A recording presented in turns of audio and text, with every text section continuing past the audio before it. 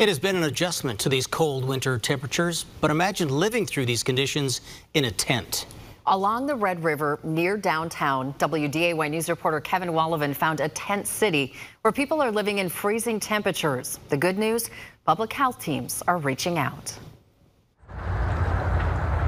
It's one thing to see a tent city along the river during summer, but we saw this and decided to get a closer look at this community of homeless, not far from the Main Avenue Bridge downtown. Not just tents, but simple structures for cooking and hanging clothes. And we found campfires still burning. After our winter's first snow and icy temps, we talked with two people, Haima and Leanne. Just the nature, just peaceful. Who were here all summer and are now preparing to stay the winter. Well, it was warm in the tent. Once I got out this morning, though, it was cold. Remember our brutal winter last year? Haima slept here in his tent nearly the entire time. He has stopped at shelters in the past, but they are often full with a waiting list. Peaceful. Yeah, it's peaceful. But it's not like those living in the tents this winter are being forgotten.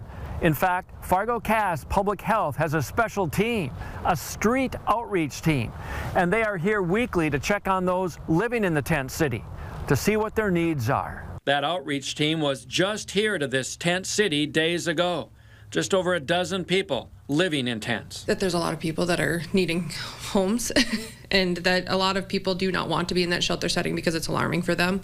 It's too much. That's one of the biggest conversations, is that when they go into the shelter setting, it's because it's too much for them. The solution to all of this? It's not simple. The problem? Easier to figure out. But what we know is that because shelters are full, people don't have anywhere else to go. And so it's difficult to make the argument to clear camps out when people don't have a different place to be. At Churches United in Morehead, the shelter is in the middle of a huge renovation project that will provide more rooms for families. For those living in the tent city, Churches United offers help. During the week, they can get lunch and dinner, and then on the weekends, they can get brunch and dinner. And so we're trying to figure out a way of how we can keep those services going through the night so people can at least come in and warm up, not necessarily be able to sleep, but it's at least a reprieve from the elements. Those who check on the tent city weekly say they know most of the people here and what the needs are. What appears to be the biggest need of all, affordable housing, instead of a tent by the river all winter long. Kevin Wallevand, WDAY News. The outreach team making trips to this tent city also makes sure people are connected to medical needs as well as places to get meals.